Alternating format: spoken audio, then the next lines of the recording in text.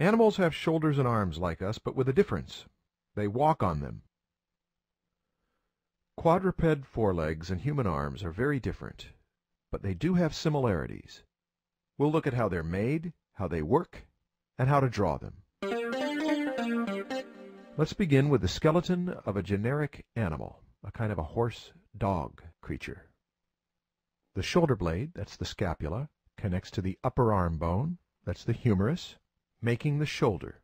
As we saw previously, the shoulder and upper arm bone are buried in the side, and that's important so that we don't think that this lower arm bone in red here is the upper arm. It's the lower arm. The first bone we study in the lower arm is the ulna. It begins at the elbow, which is the olecranon process of the ulna, and the lower arm is dominated by the radius. We'll look at that in detail later. Then the wrist, made out of the carpal bones. The most important carpal bone is the pisiform. That's the spur of the wrist. Metacarpal or metacarpals make up the body of the hand. And there are sesamoid bones that make the transition from the body of the hand to the hoof, claw, or finger. Let's go over the bones again. There's the shoulder blade, which is the scapula, the upper arm bone, which is the humerus, the two lower arm bones, the ulna and the radius. Notice that on animals that can spin their arms, the radius is a separate bone. The wrist and hand are carpals and metacarpals, and then beyond that, phalanges, which are the bones of the hooves, claws, and fingers.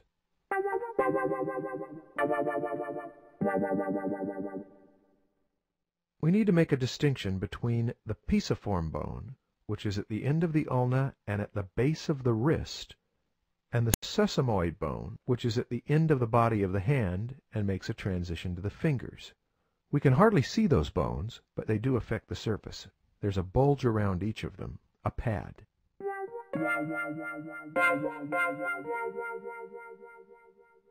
Here's something you should know about horses and other ungulates. Those are hoofed creatures.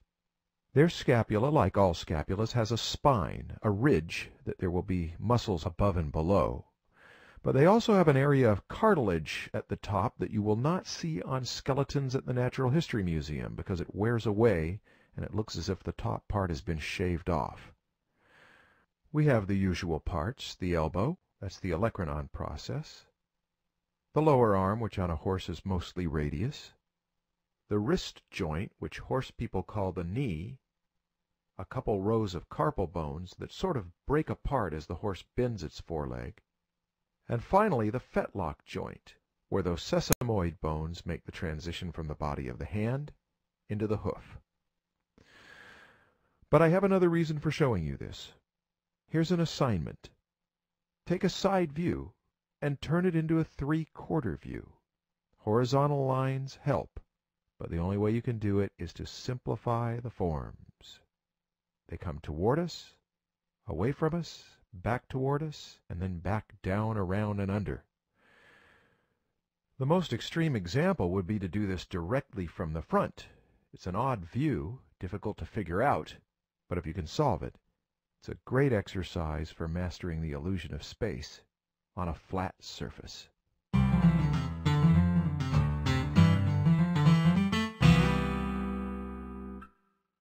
Now let's look at an animal with arms that can spin and hands that can grip. This ancient ground sloth makes the point. Like us, they have a scapula with a spine on it, but unlike many four-legged animals, the sloth has a collarbone, the clavicle, which will anchor a muscle, the deltoid, that will allow it to move that upper arm bone, the humerus, more freely. Many four-legged animals don't have clavicles. Horses, cats, dogs are missing a clavicle, and they cannot raise their arms forward the way we can, or the way a ground sloth could. From the humerus, we have the ulna, that olecranon process at the elbow, and then the shaft of the ulna, which goes to the little finger side of the wrist, the radius, which goes to the thumb side of the wrist and carries the carpal mass, which is the body of the wrist. The body of the hand is made of metacarpals, and then finally the finger bones, the phalanges. Now let's see how they work. Here's how the shoulder works. The upper arm bone moves in a socket on the shoulder blade. Those are the only two bones involved, scapula and humerus, and it's a ball and socket joint. Now let's zoom in on this elbow joint to see how it works. There's the upper arm bone, and the lower arm bone, the ulna, swivels on a hinge. The ulna is purely a hinge joint.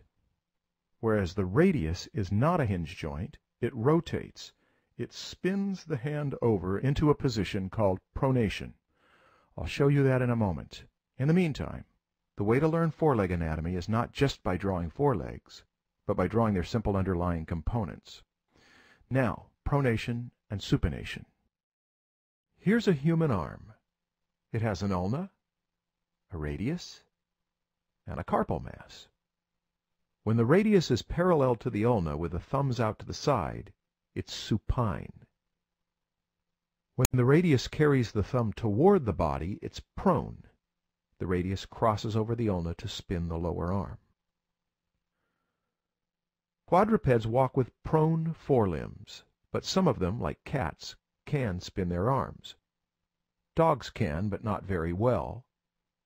Hoofed animals are fixed in a forward position, radius and ulna fused together so the animal can walk and run, but not reach out with an upraised palm. Now let's look at muscles. As we saw in the intro, the latissimus dorsi and the trapezius are on the surface, thinner than most of the muscles we'll study. We'll group the trapezius with the neck. In fact, we'll group the front of their arm muscles with the neck because they blend together on animals without collarbones. Let's get to the major groups. The first is the deltoid. It anchors at the shoulder and pulls the arm out from the body. But horses can't do much of that. Notice that even though it's distinct on a horse, it's small. The triceps are the major muscles of the shoulder. They pull on the ulna to straighten it. On the back of the forearm, we have the flexors. On the front of the forearm, we have the extensors. Even though there are no muscles in the fingers, there are muscles in the hand, but on a horse, by the time we get to the metacarpal, they're so thin that artists don't bother with them. We have two extensors that we group separately as supinators. I'll show you those in a moment. First, let's look at where the deltoid and triceps insert. Deltoid inserts into the humerus. Tricep inserts into the olecranon process of the ulna. Now, that group of supinators. Even though a horse can't spin its foreleg, it still has two extensors that begin at the base of the humerus and spiral into the front. That means they're helix-shaped, like a twisted cord, and a distinct form on the outside front of a horse's foreleg. Let's look more closely at the forearm muscles. We'll use a big cat's arm because they're so similar to a human's. The muscle group that is pulling the body of the hand back is the extensor group. They are active and the flexors are passive. But if the flexors become active by pulling on that pisiform bone and bringing the hand into flexion, the extensors must relax and become passive. There are muscles between the metacarpals, but they are so embedded that the bones and ligaments dominate the form. One more muscle. The pectoralis major is called the chest muscle because it anchors on the chest, but it doesn't do anything to the chest. It pulls the arm forward, so that means it's the muscle that gets strong when you do push-ups. Animals are in a position of constantly pushing up from the ground, and so they have large pectoralis muscles that go from the center of the chest, that sternum, out into the humerus. They are underneath, often covered by fur, but we need to know they're there. They're always evident on a horse as two egg forms on either side of the sternum at the base of the chest. And while we're looking at a front view of a horse, it might be useful to see that they are more convex on the outside, more concave on the inside of the forelegs. Foreleg forms. The high part of a horse's shoulders is the withers. The front part is the point of the shoulder. At the withers, the scapula hugs close to the center line and spreads out in width as it descends. That gives us a way to simplify by seeing a wedge that is true enough to the anatomy of a horse's shoulders, but simple enough to master from memory.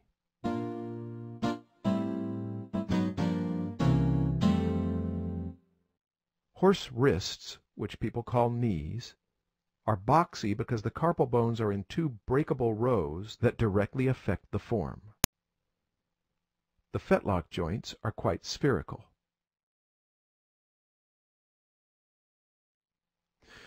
Try these form studies from photographs of horses.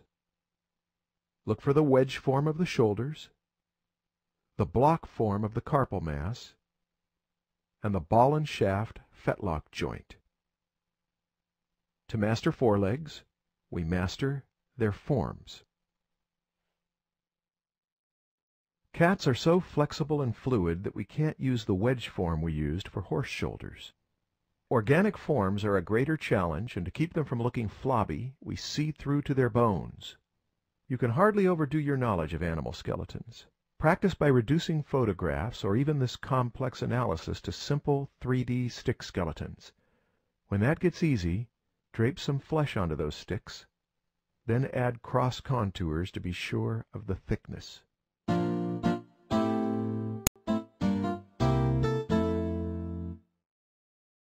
A cat's paw has texture and surface that's easy to see, but we need to learn to see the form.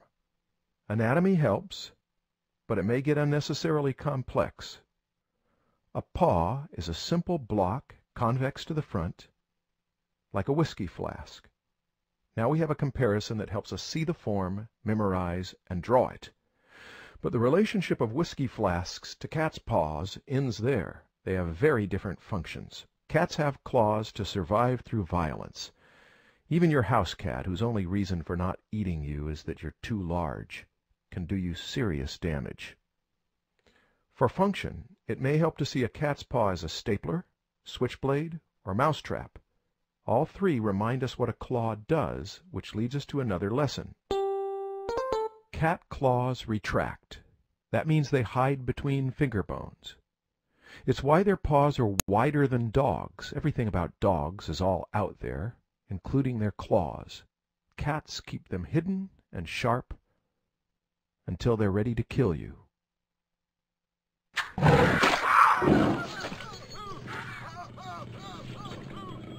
Claws spring out of paws to pierce prey. But if muscles can only pull, how can they project a claw out and away from the body? It takes both extensors to pull back one finger bone, shown here in green, and flexors to pull down the claw, shown here in orange, working together to both extend and pierce. Claws are a set of knives to impale, or a spade to dig, or a hook. That's how we understand form. We seek its function. A foreleg is like a pillar. It supports most of the animal's weight, and like a pillar, it needs a pedestal. A foreleg is like a spoke in a wheel. Wheels are strong because they are a series of pillars in succession.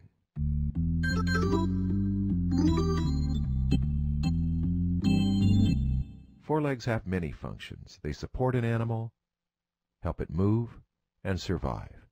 We study their anatomy and structure so that we can draw whatever we choose, normal or strange.